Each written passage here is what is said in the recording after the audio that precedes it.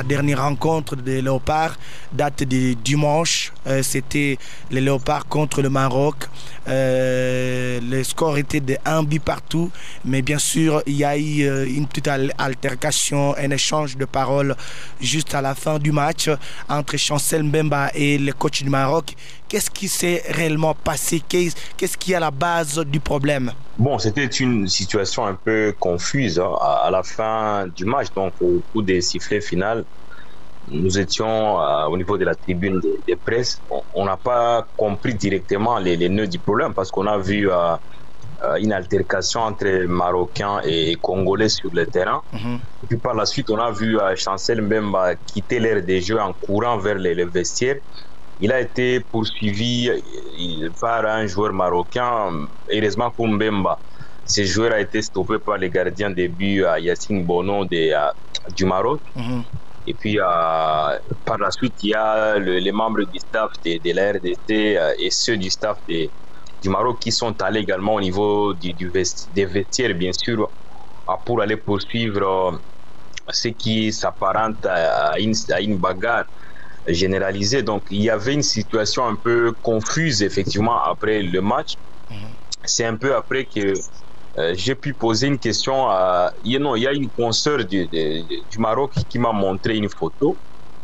Elle m'a dit non, ce qui s'est passé sur le terrain, c'est quand même bizarre. Comment se fait-il que le capitaine des RDC pouvait se permettre d'injurer notre sélectionneur? Elle m'a balancé une image où on a vu Chancel Mbemba furieux, un peu agacé, poing serré, il tenait son bras droit. Et pour la consoeur, c'était un geste très injurieux au niveau du Maghreb. Et il ne pouvait jamais accepter que ça se passe ainsi. C'est par la suite que j'ai fini par analyser une vidéo effectivement qui est devenue virale sur la toile. Mais bien avant cela, il y a Chancel Mbemba qui est passé en zone mixte, un peu comme d'habitude, puisque après chaque match, les joueurs et les staffs doivent passer par la zone mixte où se trouvent des journalistes, effectivement, à ceux qui veulent s'exprimer et ceux qui ne veulent pas passent directement pour aller rejoindre leur car. Et Mbemba s'est exprimé répondant à quelques questions des confrères du Maroc. Il ne voulait pas nous en dire un peu plus. Donc, lui, il s'est réservé, mais il a quand même affirmé qu'il a été injurié par le sélectionneur du Maroc.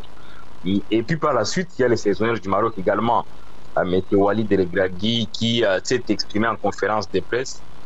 D'après-match, il a quand même été déçu de ce qu'il s'est passé.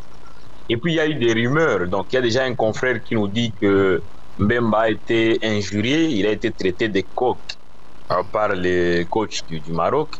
Et puis par la suite, il y a un autre qui a dit que le sélectionneur du Maroc a traité Mbemba de con. Mais pour l'instant, les deux hommes, donc Mbemba et Walid Regragui, les deux n'ont pas voulu nous en dire un peu plus. Et c'est un peu confus. Malheureusement, dans l'opinion, c'est tout le monde qui analyse en sa manière.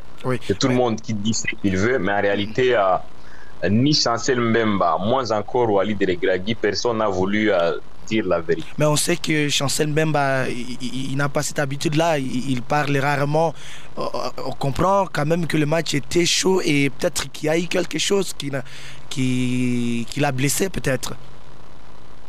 D'ailleurs, je sais que le sélectionneur du Maroc a dit en conférence de presse d'après-match. Vous savez, le coup d'envoi de ce match était donné à 14h heure locale ici à San Pedro, à l'ouest de Côte d'Ivoire.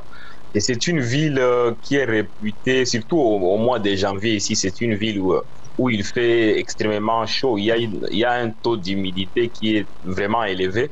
Et d'ailleurs, en conférence de presse veille des matchs, les sélectionneurs et les joueurs qui étaient présents dans ces face-à-face avec la presse craignaient quand même que ça se passe un peu mal au vu de l'humidité, de la chaleur, du climat globalement. Donc nous sommes dans une ville un peu compliquée sur le plan climatique au niveau des Côtes d'Ivoire.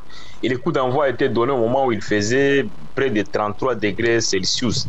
Vous imaginez ce que ça fait. Donc c'était vrai, il n'y avait pas qu'un soleil accablant. Il y avait un taux d'humidité qui était trop élevé. Et d'ailleurs, il y a un joueur de la RDC qui était sonné vers la fin de ce match. Il a été remplacé. s'appelle Charles Piquel. Il était remplacé à la 83e minute de jeu parce qu'il était sonné complètement. Et en zone mixte, il a clairement reconnu qu'il était complètement cuit par les soleils. De notre côté, nous, on craignait une insolation qui allait lui coûter même le reste de la compétition. Heureusement qu'il s'en est sorti indemne. Pour dire que c'était un peu compliqué, donc en dehors de la chaleur, il y avait une forte tension parce que les deux pays cherchaient effectivement une victoire. Vous savez, l'RDC avait stagné face à l'équipe de la Zambie, un but partout, alors que le Maroc avait gagné la Tanzanie. Et en cas d'une victoire face à la RDC, le Maroc devrait être qualifié directement, chose qui n'a pas été le cas. Donc il y avait beaucoup d'enjeux, mais aussi il y a toujours eu des rivalités entre Marocains et Congolais. Vous vous souviendrez de ces derniers matchs comptant pour les éliminatoires de la Coupe du Monde, disputés à Casablanca il y a quelques mois. Le Maroc avait giflé la RDC 4-1. Bien avant cela, il y avait un but partout au stade des Martyrs. Mais aussi lors de la CAN 2017, le Maroc avait été battu par la RDC. Donc c'était quand même des vraies retrouvailles entre deux adversaires qui se connaissent très bien et qui étaient en quête d'une victoire. Oui, mais aussi on voit par exemple sur la page Facebook du coach de la RDC, des Arbres, il a dénoncé selon lui les racismes qu'a subi Chancel Mbemba, et on apprend que même la FECOFA s'est exprimée, la FECOFA a utilisé même le mot racisme. Donc on comprend, paraît-il, qu'il y a des enquêtes qui ont été donc on comprend qu'il y a quand même quelque chose qui va dans ce sens-là. Peut-être que Chancel Mbemba a été victime du racisme, mais quand on voit que le coach le confirme, mais aussi la FECOFA. Non, en fait, je pense que la FECOFA n'a pas confirmé le racisme. La FECOFA ne peut jamais prendre ces risques. La FECOFA, par exemple, a parlé des actes un peu indignes, des comportements odieux de certains Marocains. Donc la FECOFA ne veut pas directement confirmer qu'il y a eu racisme. Le coach des Sables, je ne sais pas s'il a également confirmé le racisme, mais s'il y a eu racisme, le racisme est intervenu peut-être un peu après. Et ce ne sont pas les deux hommes qui seraient auteurs de ces racismes-là. Parce que c'est trop fort les mots-là que nous sommes en train d'employer. Oui, par contre, le racisme a été véhiculé par les internautes sur les réseaux sociaux. Mais je n'ai pas vu... Bon, je ne sais pas si réellement c'est ce qu'il s'est passé sur le terrain. Parce que quand on traite quelqu'un de cons, par exemple, je ne saurais pas également le confirmer parce que effectivement, Chancel Mbemba n'a pas voulu le dire ouvertement. Quand on traite quelqu'un de con, on les voit en Europe. Dans l'entourage, ce sont des mots qui reviennent. Donc, ça veut dire quoi? Vous êtes à Côte d'Ivoire. Oui. Peut-être vous êtes en contact avec les proches de l'équipe, les staffs. Peut-être, qu'est-ce qu'ils ont dit exactement? Qu'est-ce qui s'est passé? Même eux, en fait, les deux hommes qui en connaissent davantage, c'est Chancel Mbemba et Walid Regragui. Mbemba a dit clairement qu'il ne veut pas prononcer les mots qui lui a été proféré par les coachs. Et c'était pendant le match ou c'était juste après le match? Au cours du match. C'était au cours du match. Mbemba, vous avez vu, lorsqu'on a accordé le penalty là, à la RDC, il y a Chancel Mbemba qui est sorti un tout petit peu vers l'extérieur parce que il fallait qu'il sorte avant que l'arbitre ne l'autorise à rentrer sur le terrain. Tout s'est passé à partir de là. Donc, c'est pour ça que lorsque lui il s'est approché un tout petit peu du côté du banc du Maroc, les sélectionneurs du Maroc se plaignaient. Ils disaient non, ce n'était pas un penalty. Et puis même a confirmé que c'était un penalty. Et dans la foulée, on lui a proféré une injure qu'il a pu garder. Mais c'est vers la fin du match que les sélectionneurs du Maroc voulaient complètement éteindre les feux. Donc, cela veut dire il a tenu Mbemba par la main. Question de lui dire non mon cher, on peut en finir là-bas. Mbemba était un tout petit peu révolté, il était en colère. Il aurait accepté les excuses du sélectionneur marocain, mais il n'a pas du tout apprécié pourquoi le sélectionneur lui a tenu la main avec insistance. Et tout est parti de là. Donc il y a eu effectivement cette altercation parce que bien sûr il y a eu les sélectionneurs du Maroc qui voulaient tenir la main de Mbemba avec insistance. Et les joueurs du Maroc, lorsque Mbemba voulait quitter, ne voulait pas qu'il soit tenu comme cela a été fait, il l'a fait aussi violemment. Et les joueurs du Maroc n'ont pas compris, que ce soit les capitaines Romain Saïs, les joueurs comme Naïef Faguerd, les gardiens Yassine Bounou, Hakimi et les autres, ils étaient presque en débandade, ils n'ont pas compris ce qu'il s'est passé réellement. Et c'est un peu ça le truc. Mais une chose est sûre, moi je vais m'appesantir sur les faits. Après tout ce qui s'est passé sur le terrain, ni la FECOFA, moins encore la Fédération royale marocaine de football et la Confédération africaine de football, toutes les instances sont restées silencieuses. C'est plusieurs heures un peu après. Hier, d'ailleurs, la CAF s'est prononcée il y a de cela quelques heures. Et c'est que les instances se sont prononcées. Donc, la FECOFA a affiché son indignation face à tout ce qui s'est passé. Il y a la Fédération royale marocaine de football qui a écrit un communiqué d'apaisement et qui ne voulait. La Fédération royale marocaine a rappelé quand même les relations qu'il y a entre la RDC et le Maroc. Côté congolais, on s'est indigné de ce qu'il s'est passé. Et la Confédération africaine de football, je viens de recevoir un mail, a quand même dit qu'elle a ouvert une enquête effectivement pour établir à la longue des responsabilités. Une chose est sûre, Chancel Mbemba et Walid Regragui seront entendus par la commission des disciplines de la Confédération africaine de football.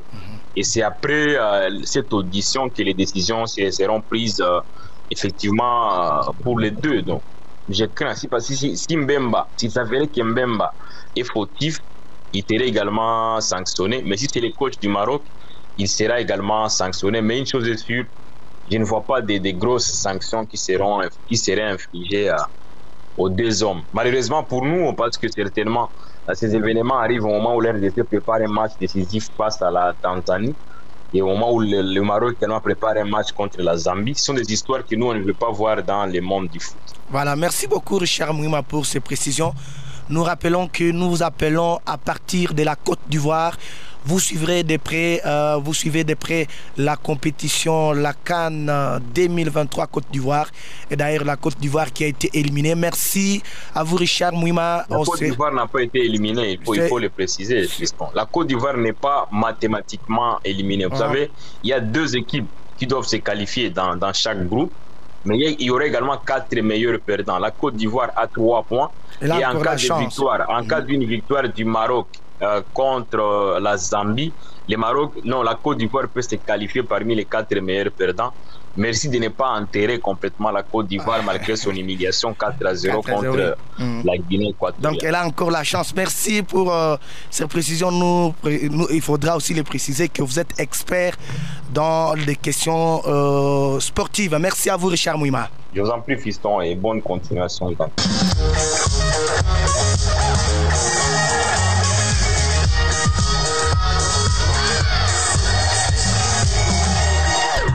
La question pour vous les auditeurs, la RDC contre le Maroc, les Léopards et les Lions de l'Atlas se sont séparés par un score d'un but partout.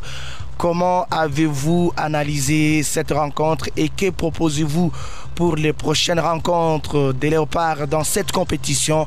Nous lisons vos commentaires.